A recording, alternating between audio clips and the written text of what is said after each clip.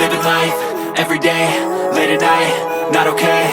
All I want, and I pray, all I need are some better days. Fuck me, I'm looking in the mirror, so foggy, but I've never seen clearer. I don't really think anyone can save me, and honestly I'm not really sure I want saving. I like to be my own worst enemy. There's no risk if you don't try at anything, so I'ma just keep buying everything. See you in the next life, have to be a better me. I don't think that my head's on straight. Good day mga idol, nandito po tayo ngayon sa Honda Motor Trade located sa East Avenue, Quezon City upang mag-update ang isa na namang motor ng Honda, ang Honda Dio. Mag-update lang tayo ng specs, features at price nitong Honda Dio.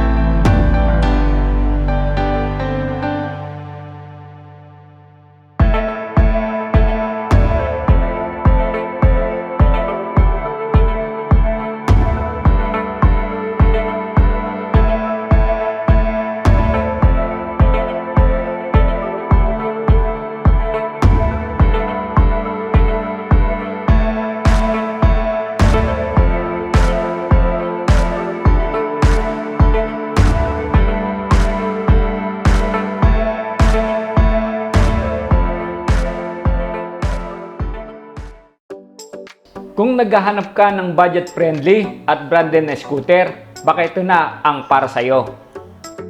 Sa taas na bahagi ay may same color na visor na may Honda sticker at DRL. Modern at stylish ang datingan ng motor na ito na sinamahan pa ng malaking headlight na LED. Bagaman bulb type pa rin ang turn signal nito, maliwanag siya kahit abutin ka ng dilim sa kalsada ay tiyak nakitang-kita pa rin ang daraanan mo. Maganda ang color combination na orange and black, lalo at glossy finish pa ito. May color black at malapad na front fender. Pagdating naman sa kanyang front suspension, ginamitan siya ng telescopic. Naka-combi brake na rin pala siya mga idol for safety purposes. Sa kanya namang front braking system ay mechanical drum brake naman ang ginamit.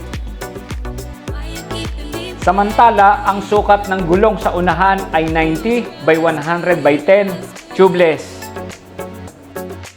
Sa unahang gilid ay may mga curved design na nagbigay sa kanya ng modern looks.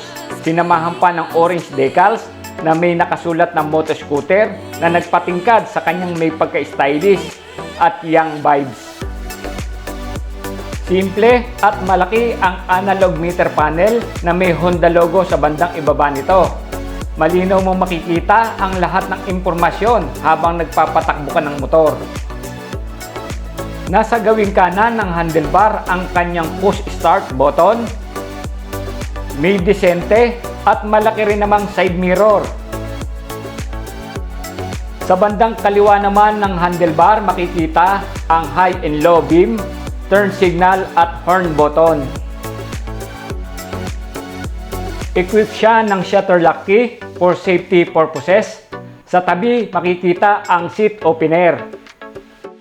Mayroon na rin siyang built-in hook kung saan pwedeng isabit ang mga pinamili. May choke na rin, bagaman old style na ay maaari pa rin magamit, lalo kung hirap mag-start ng motor mo. May malapad at malaking floorboard, magagamit na lagayang ng mga bagay na kailangang hakutin o dalhin. Bagay na bagay sa mga kapatid nating delivery riders. Kung ikukumpara sa iba, may pagkabalki rin ang scooter na ito. Kaya namang may malaki at malambot na upuan para sa komportableng biyahe. Meron na rin pala siyang 18 liters underseat storage. May magandang design na grab bar para sa ating mga angkas. Kaiba siya sa pangkaraniwan dahil hindi nakausli yung magkabilang dulo nito. Sa magkabilang gilid naman makikita ang malaking 3 colors decals na may salitang Dio na nagbigay ng magandang forma at bumagay sa matte black na pairings nito. May kakaiba ring tapakan ang angkas dahil sa integrated floorboard nito. naka-air-cooled na kayang-kaya kahit malayo ang biyahe. O kahit gamitin mo pa for daily use ay swabing-swabe. Bagaman ordinary type lang ang kanyang tambucho, ay mainam at mayroon pa rin siyang heat guard. Kung sakaling aksidenteng madikit ang ating mga binti, lalo at galing tayo sa biyahe, hindi tayo basta-basta mapapasok. Sa kanya namang rear suspension ay naka-monoshock unit swing. Pagdating naman sa rear braking system ay naka-mechanical drum brake. Samantala, ang kanya namang sukat ng gulong sa hulihan ay 90 by 100 by 10 tubeless.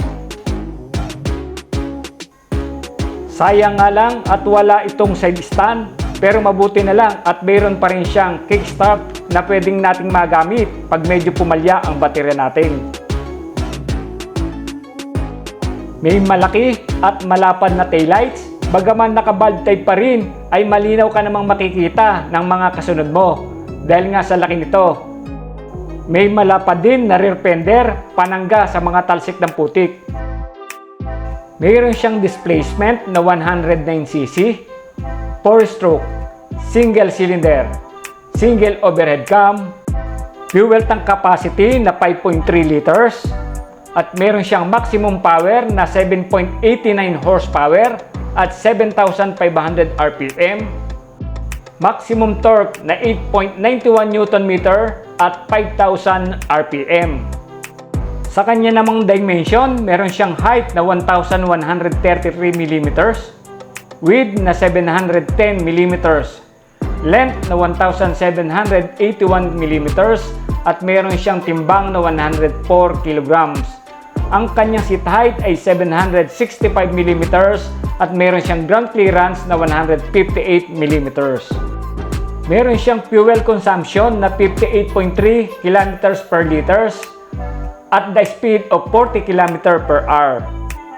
Ang Honda Dio ay may SRP na 62,400 pesos.